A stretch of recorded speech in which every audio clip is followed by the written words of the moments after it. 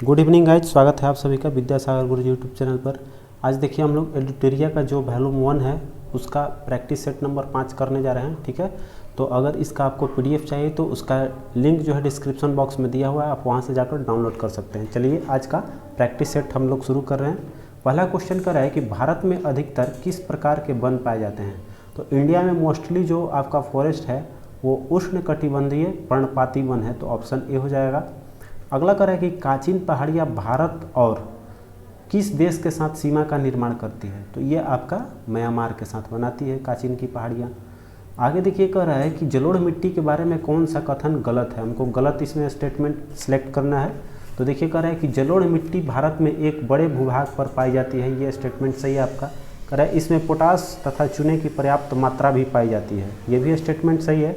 अगला कह रहा है इस मृदा या मिट्टी में गहन कृषि की जाती है, तो ये भी आपका स्टेटमेंट सही है। अगला कर है नवीन जलोढ़ मृदा को बांगर कहते हैं, ये स्टेटमेंट आपका गलत है।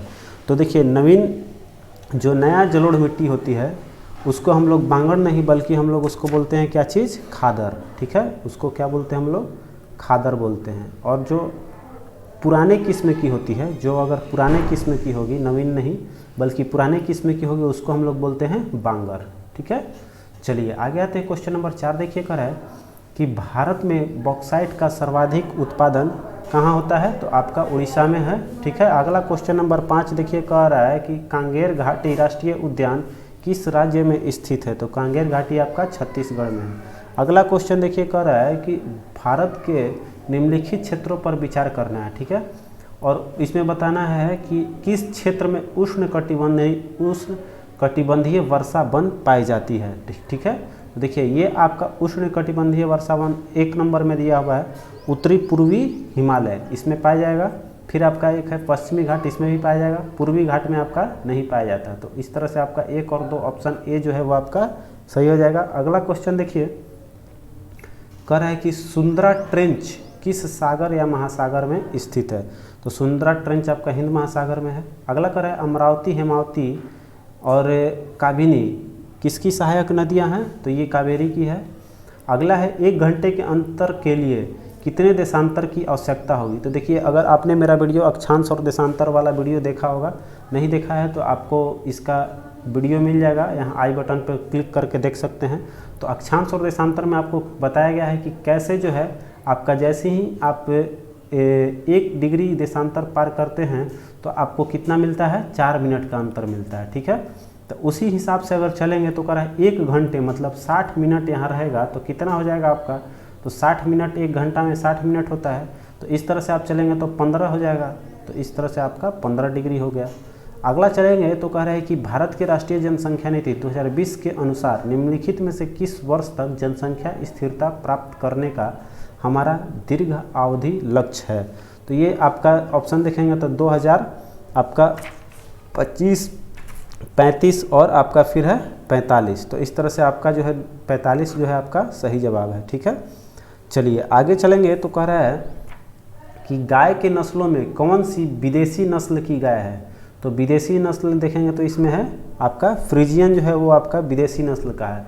ये मूल रूप से कहाँ पाई जाती है, तो नीदरलैंड में। ठीक है, ये मूल रूप से जो गाय है फ्रीजियन नीदरलैंड की है। चलिए अगला क्वेश्चन देखिए कह रहा है कि पाइप्ड प्राकृतिक गैस जिसको हम लोग शॉर्ट में पीएनजी का प्रयोग किया जाता है किसके लिए। तो पीएनजी आपका क्या होता है, भोजन बनाने के लिए आपका उपयोग किया जाता है। ठीक है, तो आपका देखिए ऑप्शन बी में है, ठीक, पकाने या भोजन बनाने के लिए। अगला क्वेश्चन देखेंगे तो क्वेश्चन नंबर 13 कर रहा है कि किस प्रकार की अभिक्रिया से सबसे अधिक हानिकारक विकिरण पैदा होता है। तो जो आपका सबसे डेंजरस जो आपका रेडिएशन होता है वो होता है आपका नाभिकीय संलयन में। ठीक है, नाभिकीय संलयन अभिक्रिया जो होती है उसमें आपका सबसे हानिकारक विकिरण पैदा होता है। ठीक है, अगला क्वेश्चन देखिए क्वेश्चन नंबर 14 का रहा है कि निम्नलिखित में से किसका उपयोग परमाणु भट्ठी में नियंत्रक छड़ों की तरह किया जाता है। तो देखिए इसमें आपका कैडमियम या ब्रोन का छड़ जो होता है यूज किया जाता है। तो ऑप्शन देखेंगे तो सोडियम, यूरेनियम, ग्रेफाइट और ब्रोन दिया हुआ है, तो ब्रोन आपका सही हो जाएगा। ठीक है, अगर कैडमियम रहता तो वो कैडमियम भी आपका सही होता है। ठीक है, चलिए आगे बढ़ेंगे तो अगला क्वेश्चन कर रहा है कि चिल्ली सोरा किसका सामान्य नाम है। तो चिल्ली सोरा जो है आपका सोडियम नाइट्रेट। तो ऑप्शन देखेंगे सोडियम नाइट्रेट आपका ऑप्शन सी में है। ठीक है, अगला क्वेश्चन देखिए कर रहा है कि निम्न में कौन कार्बोलिक अम्ल के नाम से जाना जाता है। तो कार्बोलिक अम्ल को फिनॉल के नाम से हम लोग जानते हैं। कार्बोलिक देखिए आपका फिनॉल ऑप्शन ए में है। तो फिनॉल जो है आपका होता है फार्मूला क्या, C6H5 और OH। ये क्या होता है कि बेंजीन में, जैसे बेंजीन का सूत्र होता है आपका C6H6, ये आपका बेंजीन का सूत्र है। तो बेंजीन के जब OH समूह लगता है, अल्कोहल का समूह इसमें लग जाएगा, तो C6H5 आपका OH, ये अल्कोहल समूह लगता है तो आपका क्या बन जाता है, फिनॉल बनता है। ठीक है, चलिए आगे आते हैं। कह रहा है कि निम्नलिखित परमाणु तत्व संख्या 29 किससे संबंधित है। तो देखिए परमाणु सब आप पीरियोडिक टेबल देख सकते हैं, उसमें भी हो जाएगा, या फिर अगर आपको याद है 1s 2s 2p 3s 3p, जो आपको इस तरह से लिखते हैं 2s 2p 3s 3p, तो इस तरह से आप इसका s में 2 रखेंगे, फिर s में 2 और p में आपका 6 रखेंगे। इस तरह से आप करके निकाल सकते हैं 29 तक।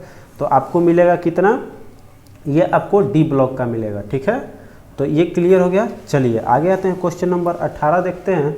तो कह रहा है कि जब दो परमाणुओं के बीच आबंध बनता है तो प्रणाली समुदाय की ऊर्जा पर क्या प्रभाव पड़ती है।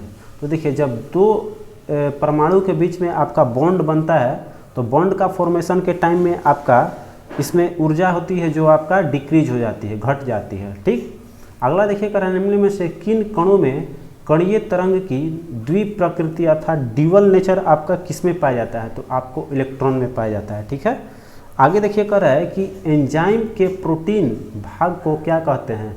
तो एंजाइम के प्रोटीन भाग को हम लोग कहते हैं एपो एंजाइम, ऑप्शन बी पे है।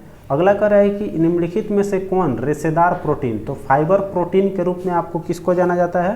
तो फाइबर प्रोटीन आपका है क्रिएटिन। ठीक है, आगे चलते हैं, अगला सवाल देखते हैं, क्वेश्चन नंबर 22 कह रहा है कि निम्नलिखित में से कौन सा एक भी पाचक एंजाइम का स्त्रावण नहीं करता है। तो देखिए डाइजेस्टिव एंजाइम जो है आपका स्त्रावण नहीं करता है, वो यकृत है। ठीक है, आगे कर रहा है विटामिन B2 का आपको अन्य नाम क्या है। तो B2 का ऑप्शन देखेंगे तो मेरा है इसमें डी, राइबोफ्लेविन। ठीक है, आगे क्वेश्चन देखते हैं। तो कह रहे हैं मूत्र का असामान्य घटक क्या है। तो देखिए मूत्र में आपका असामान्य घटक क्या है, एल्ब्यूमिन जो है आपका असामान्य घटक है। अब देखिए कह रहे हैं महारंध्र जो एक द्वारक है निम्न में कहाँ होता है। तो आपका द्वारक कहाँ पाया जाता है, कपाल में। अगला क्वेश्चन कर रहा है कि मानव रुधिर का pH मान कितना होता है। तो 7.4, ये सबको पता होना चाहिए। अगला देखिए 27 नंबर कर रहा है ECG का पूरा नाम क्या होता है। तो इलेक्ट्रोकार्डियोग्राम। ठीक है, इसका कह रहा है कि गतिविधि को दर्शाता है, ये किसकी आपका गतिविधि बताता है। तो इसको हम लोग हृदय के लिए, हृदय में जो गतिविधि होती है उसको जांच करने के लिए ECG हम लोग एक तरह का जांच कराते हैं। ठीक है, चलिए अगला क्वेश्चन देखते हैं, क्वेश्चन नंबर 28 कर रहा है कि निम्न में से कौन सा दोनों वाहनी स्त्रावी ग्रंथि और अंतःस्त्रावी ग्रंथि के रूप में व्यवहार नहीं करता है। तो जो आपका पीयूष ग्रंथि है वो आपका है अंतःस्त्रावी और बाह्य स्त्रावी का काम नहीं करता है। ठीक है, चलिए आगे देखते हैं। तो कह रहा निम्न में से कौन सा प्रक्रम अंधकार के समय पादपों के साथ संबद्ध होते हैं। तो देखिए ये अंधकार के टाइम में कौन सा प्रक्रिया होती है, प्रकाश संश्लेषण, ये तो आपका धूप में होती है। ठीक है, उजाले की बात है। फिर वही श्वसन और वाष्पोत्सर्जन भी है, वाष्पोत्सर्जन और चालन, ये सब अंधकार में नहीं हो सकता है। देखिए तो ऑप्शन डी जो है चालन और श्वसन जो है ये आपका अंधकार में हो सकता है। ठीक है, चलिए आगे है, करे 30 नंबर क्वेश्चन की किसी वृक्ष को अधिकतम हानि निम्न में से कैसे पहुंचती है। तो सभी पत्तियों के नाश हो जाने पे, या उसकी आधी शाखाओं का नाश होने पे, या उसकी पत्तियों में से आधी का नाश होने से, या उसकी छाल। तो देखिए छाल का जब उसका नाश होता है तो सबसे ज़्यादा उसको क्या होता है, हानि पहुंचती है बहुत ज़्यादा।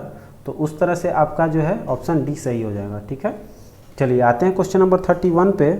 तो कह रहा है निम्न शुद्ध जल किस ताप में बताना है आपको, फ़ारेनहाइट में किस ताप पर जम जाता है। तो देखिए सेंटीग्रेड में पूछता था आपका 0 डिग्री सेंटीग्रेड होता, लेकिन यहाँ पर आपसे पूछ रहा है किस पे, फ़ारेनहाइट पे। तो फ़ारेनहाइट कितना होता है आपका 32 पे। ठीक है, वो फार्मूला याद होगा कि F-32/9 = C/5। तो कहने का मतलब फ़ारेनहाइट 32 और सेंटीग्रेड 0। ठीक है, चलिए और यही आ जाएगा आपका कि कितना पे अगर पूछेगा तो इस तरह से आप निकाल सकते हैं टेम्परेचर भी, उस फार्मूला को याद करके यहाँ लिख दे रहे हैं, अगर जिनको नहीं याद होगा फिर से याद कर लीजिएगा। F-32/9 इक्वल टू C/5, इसको हटा दे रहे हैं, C/ आपका फार्मूला हो जाएगा C/5, ठीक है। तो यहाँ पर आपको ये फार्मूला हो गया।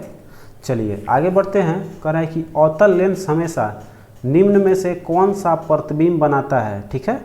तो देखिए ये जो अवतल लेंस है ये हमेशा और हमेशा किस तरह का प्रतिबिंब बनाएगा आपका, तो जो आभासी बनाता है वो हमेशा कैसा बनाएगा, सीधा बनाता है।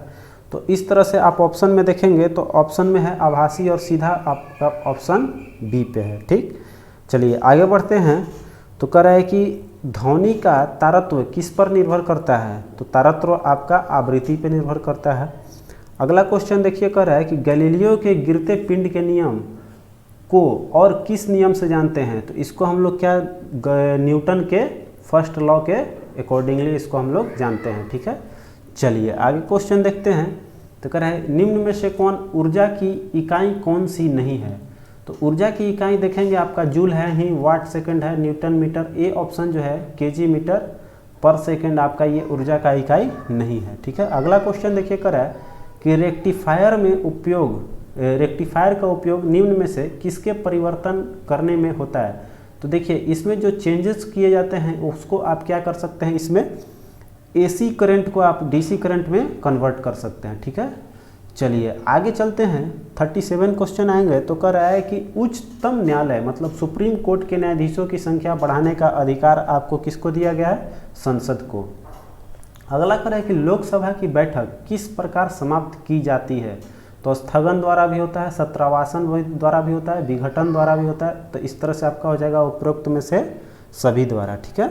अगला क्वेश्चन देखिए, कह रहा है कि राज्यसभा में राज्यों को प्रतिनिधित्व किस आधार पर दिया जाता है, तो उसका आपको देखेंगे तो उनकी जनसंख्या के अनुपात में जो स्थान रहता है उसके अनुसार उसको अधिकार दिया गया है, ठीक है। चलिए आगे चलेंगे। तो कह रहा है कि भारतीय संविधान के उद्देशिका तथा प्रस्तावना किन शब्दों से शुरू होती है, तो देखिए यहाँ हम लोग को अगर याद होगा आपको तो उसमें चालू होता है हम भारत के लोग भारत को, तो इस तरह से आपका ऑप्शन डी जो है आपका यहाँ पर चालू होता है, ठीक है।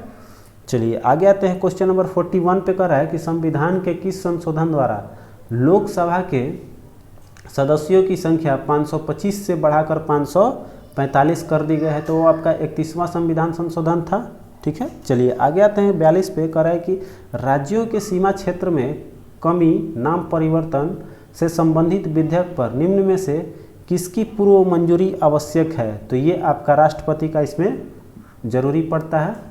अगला देखिए, कह रहा है कि निम्नलिखित में से कौन सा सही सुमेलित नहीं है, तो इसमें आपको देखना है सही सुमेलित नहीं है। तो समानता का अधिकार 14 से 18 है, फिर आपका स्वतंत्रता का अधिकार 19 से 22 में है ही, शोषण के विरुद्ध 23 से 24 है, फिर आपका आ रहा है धर्म के स्वतंत्रता का अधिकार आपका 25 से दे रहा है, 25 से 27, लेकिन ये 25 से आपका कहाँ तक है, 25 से आपको 28 तक है, ठीक है। तो ये आपका गलत है, ठीक है। तो इस तरह से मेरा ऑप्शन क्या हो जाएगा, सुमेलित नहीं है, तो ऑप्शन डी जो है मेरा सही जवाब होगा, ठीक है। चलिए आगे आते हैं क्वेश्चन नंबर 44 पे। तो कह रहा है उपराष्ट्रपति के पद रिक्त होने पर कितने दिनों के भीतर चुनाव करने का प्रावधान है, तो ये आपको कम से कम इसमें कोई समय निर्धारित नहीं किया गया है, आप जितना जल्दी हो सके उसको मतलब कर सकते हैं, ठीक है। तो इसमें कोई समय सीमा नियत नहीं है, ऑप्शन ए जो है आपका वो सही जवाब हो जाएगा। चलिए आगे चलते हैं। कह रहे 45 क्वेश्चन देखिए, कह रहे निम्न में से कौन सा कथन सही नहीं है, सही नहीं आपको पहचानना है।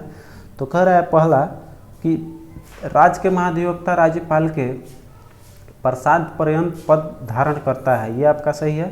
कह रहा है स्वविवेक पर आधारित कार्यों के विषय में राज्यपाल मंत्रिपरिषद की सलाह मानने के लिए बाध्य नहीं है, ये भी सही है।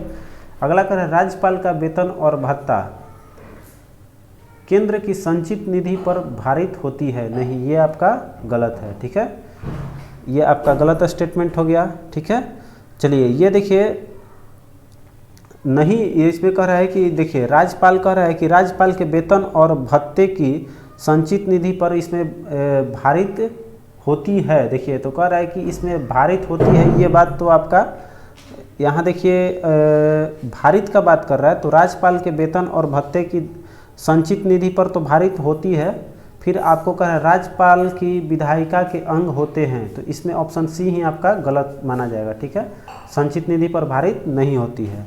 ठीक, चलिए आगे बढ़ते हैं। क्वेश्चन नंबर 46 आएंगे, तो कह रहा है कि निम्नलिखित में से कौन से विषय राज्य सूची के अंतर्गत आते हैं। तो राज्य सूची के अंतर्गत आएगा कौन कौन, तो देखिए इसमें आपका राज्य सूची के अंतर्गत आपका पुलिस होता है। ठीक, आगे चलेंगे तो कह रहा है भारतीय संविधान में अवशिष्ट विषय पर कानून बनाने का अधिकार किसे प्राप्त है, तो इसमें देखिए संसद को है। ठीक, आगे क्वेश्चन आएंगे तो कह रहा है कि राष्ट्रीय नियोजन समिति का गठन किस वर्ष किया गया था। तो राष्ट्रीय नियोजन समिति ऑप्शन देखेंगे तो इसमें आपका हुआ था 1938 में, ऑप्शन बी है। आगे आइए कह रहा है गेल का स्थापना कब हुआ था, तो गेल का स्थापना आपका किस वर्ष की गई थी, तो इसमें देखिए है आपका 1984, ऑप्शन डी है। ठीक है, और इसका आपका मुख्यालय कहाँ है गेल का, तो इसका गेल का है दिल्ली में। अगला क्वेश्चन देखिए कह रहा है 50 नंबर कि पूर्ति स्वयं अपनी मांग उत्पन्न करती है, यह किस नियम से संबंधित है, तो ये आपका से का नियम बोलते हैं इसको। ठीक है, ऑप्शन ए जो है आपको। ठीक, चलिए आगे चलते हैं। क्वेश्चन नंबर 51 कह रहा है कि रेखी समिति का संबंध किससे है, तो रेखी संबंध जो आपका है वो आपका अप्रत्यक्ष कर से है, ऑप्शन देखिए बी पे है, अप्रत्यक्ष कर। आगे चलेंगे तो कह रहा है कि भारत में मौद्रिक नीति कौन निर्धारित करता है, तो ये आपका निर्धारण करने वाले हैं आरबीआई। ठीक है, आरबीआई द्वारा निर्धारित किया जाता है। आगे कह रहा है टाइगर मैन ऑफ इंडिया के नाम से किसे जाना जाता है, तो इसको आपको कैलाश संखाल को कहा जाता है। अगला क्वेश्चन है कि पटना पक्षी विहार कहाँ स्थित है, तो आइए ऑप्शन देखते हैं। पटना पक्षी विहार आपका जो है एटा में है। ठीक है, ऑप्शन बी पे है। चलिए आगे आते हैं। क्वेश्चन नंबर देखिए 55 का है कि हिडकल परियोजना किस नदी पर स्थित है, तो हिडकल आपका घाट प्रभा पर है। अगला करें विश्व पर्यावरण दिवस कब मनाया जाता है, तो ये हमेशा 5 जून को मनाया जाता है। आगे चलिए कर रहा है कि प्रोजेक्ट एलिफेंट की शुरुआत किस वर्ष हुई थी, तो 1992 में आपका चालू किया गया था। ठीक है, चलिए आगे आते हैं।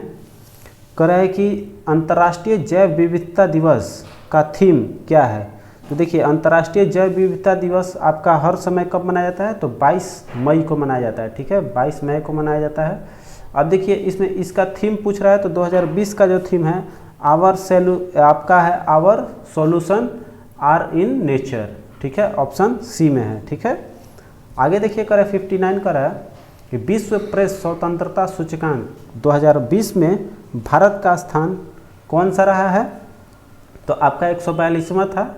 आगे देखिए कर रहा है कि राष्ट्रीय चिकित्सा आयोग के पहले अध्यक्ष कौन बने हैं, तो पहला अध्यक्ष आपके हैं सुरेंद्र चंद्र शर्मा। ठीक है, आगे देखिए कर रहा है कि इंडिया पॉजिटिव पुस्तक के लेखक कौन है, तो चेतन भगत। अगला कर रहा है तंजानिया की राजधानी कहाँ है, तो आप तंजानिया का है आपका डोडोमा। अगला क्वेश्चन देखिए कर रहा है कि भारतीय नौसेना दिवस कब मनाया जाता है, तो भारतीय नौसेना दिवस आपका 4 दिसंबर को मनाया जाता है। अगला क्वेश्चन कर रहा है विश्व का सबसे बड़ा सौर वृक्ष सोलर ट्री कहाँ स्थापित किया गया है, तो ये आपको दुर्गापुर में हुआ है। अगला क्वेश्चन देखिए कर रहा है कि निम्न में से कौन सा सही सुमेलित नहीं है, सुमेलित नहीं है उसको बताना है। तो देखिए आपको है इसमें कह रहा है कि जायर अल बहर ये आपका भारत और कतर का युद्ध अभ्यास है, ये सही है।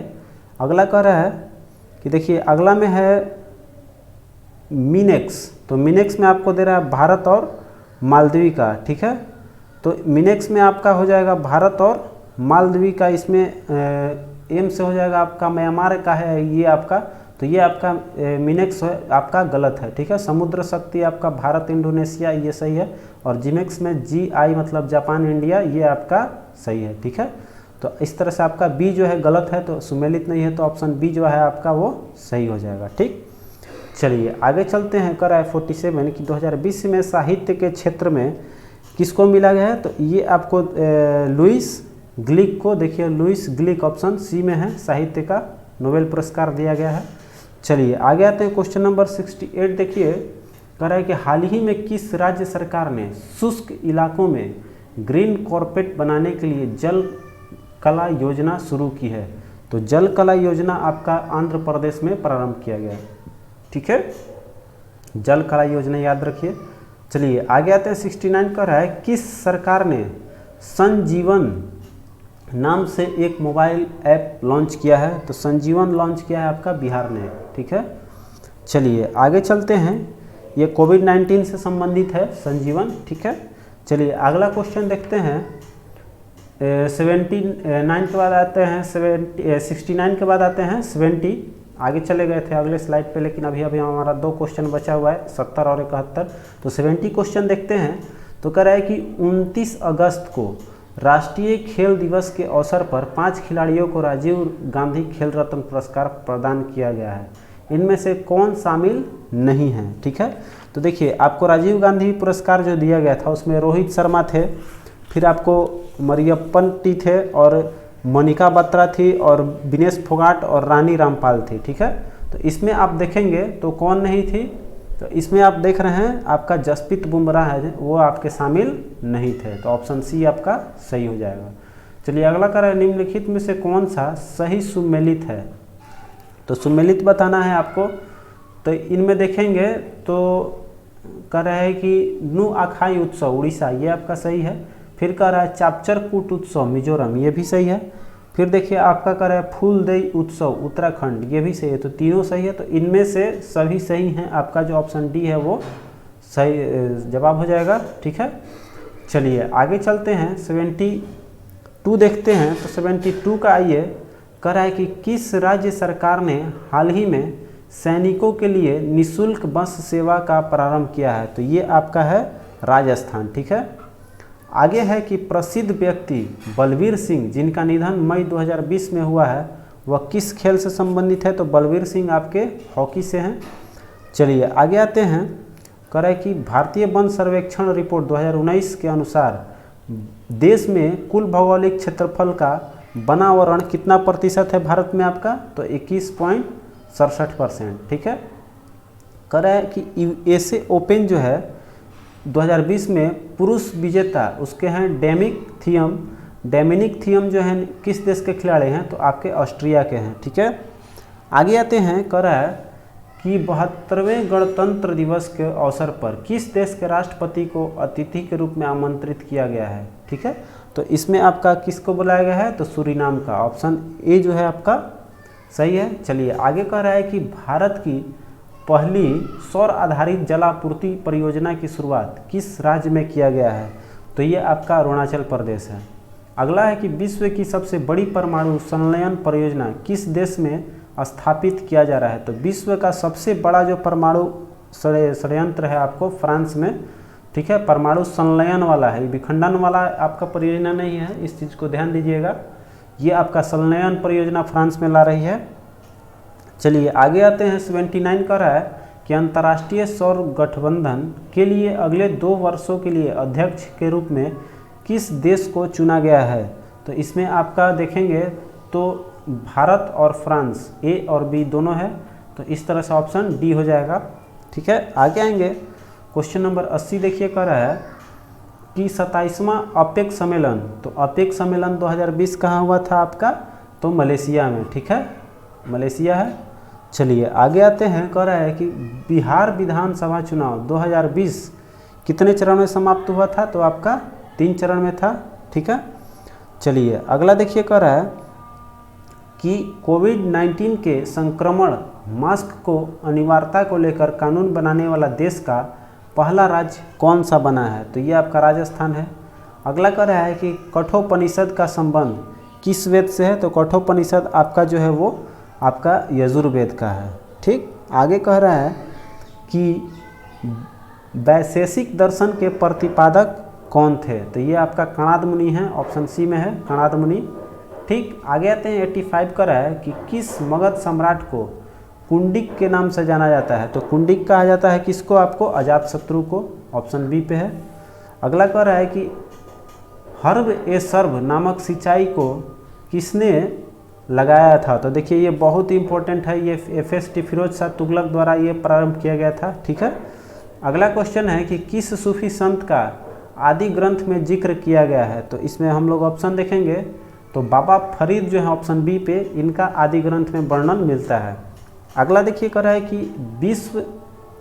किस युद्ध को जीतने के बाद बाबर ने गाजी का उपाधि धारण किया था।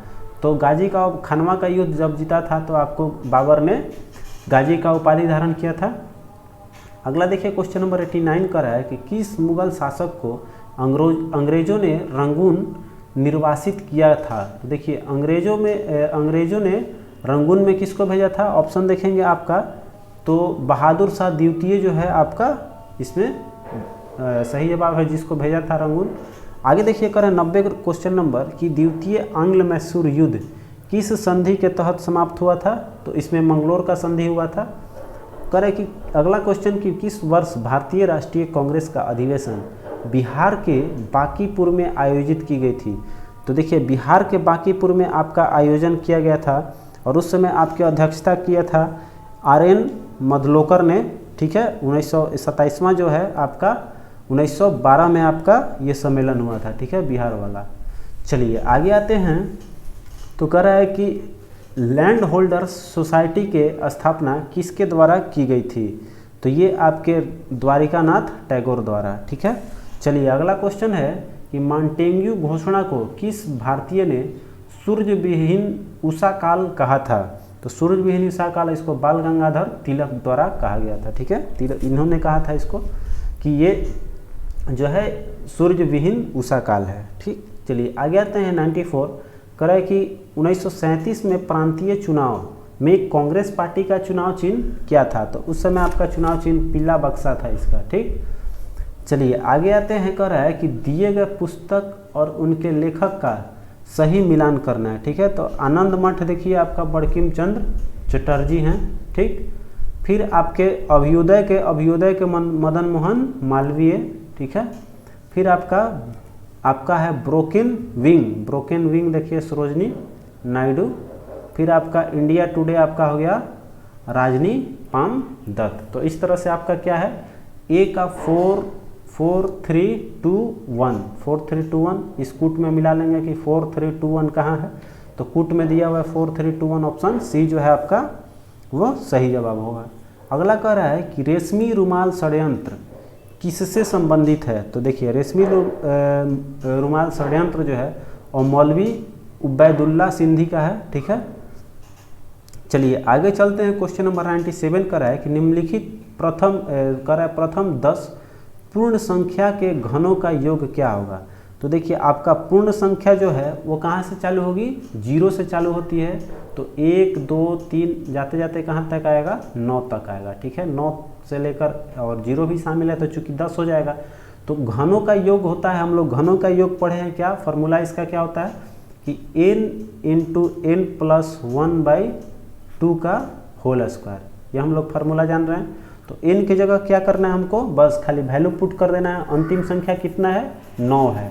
तो यहाँ लिखेंगे तो मेरा हो जाएगा 9 × 9 और 1 जोड़ेंगे कितना हो जाएगा आपका 10/2 का होल स्क्वायर। ठीक है, तो ये आपका हो जाएगा कितना, 9 और 5 ये हो गया इसका होल स्क्वायर। 2 5 10 कट गया। तो इस तरह से आपका कितना आ जाएगा, 9 5 45 का होल स्क्वायर। तो 45 को जब गुना करेंगे तो 5 का 20 और 50 25। ठीक है, तो इस तरह से आपका हो जाएगा 20 25। आंसर देखिए ए पे है। अगला क्वेश्चन देखिए कर रहा है कि 11 संख्याओं का औसत कितना है, 35 है। इनमें से प्रथम 6 का 32 दिया हुआ है और अंतिम 6 का औसत 37 दिया हुआ है। तो देखिए शुरू का 6 और अंतिम का 6 मतलब 12 संख्या हो जाएगा मेरा कुल। तो इन 12 संख्या में से अगर 11 का औसत हम घटा दें तो जो आपका बीच का संख्या है, जैसे 11 संख्या है तो बीच में 6वां पड़ेगा। तो शुरू के 6 और अंतिम के 6 लेंगे तो बीच वाला मेरा निकल जाएगा, घटा लेंगे तो इस तरह से करेंगे तो 11 × 35 हो जाएगा। ठीक है, 11 × 35। तो ये आपको हल करेंगे तो इसका टोटल योग कितना आ जाएगा, इन 11 संख्याओं का योग कितना आ जाएगा आपका, 11 35 गुना करने पे आएगा 11 5 55 और 11 33 और 5 38। ठीक है, 385 हो गया।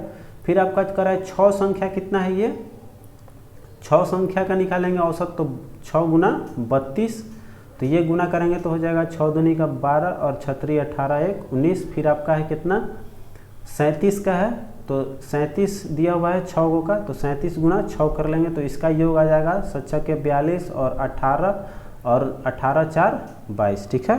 तो इस तरह से आ गया। तो देखिए इन 6 जोड़ेंगे तो कितना आ जाएगा मेरा 12, तो इन दोनों को जोड़ेंगे तो कितना आया मेरा 2 2 4 और 9 2 11, और ये हो गया 3 1 4, 414 में से क्या करेंगे कि अगर हम इसका जो 12 संख्या हो गया तो 12 में से इसको अगर घटा लें 11वां संख्या को, तो बीच में जो संख्या वो मेरा आ जाएगा, तो छठा संख्या मेरा बीच में पड़ रहा है तो वो हो जाएगा 385, घटाएंगे तो ये मेरा कितना आ जाएगा 9, और यहाँ हो गया 10 में से 8 गया 2, ये गया, तो आपका 29 ऑप्शन बी जो है वो सही जवाब हो जाएगा, ठीक है।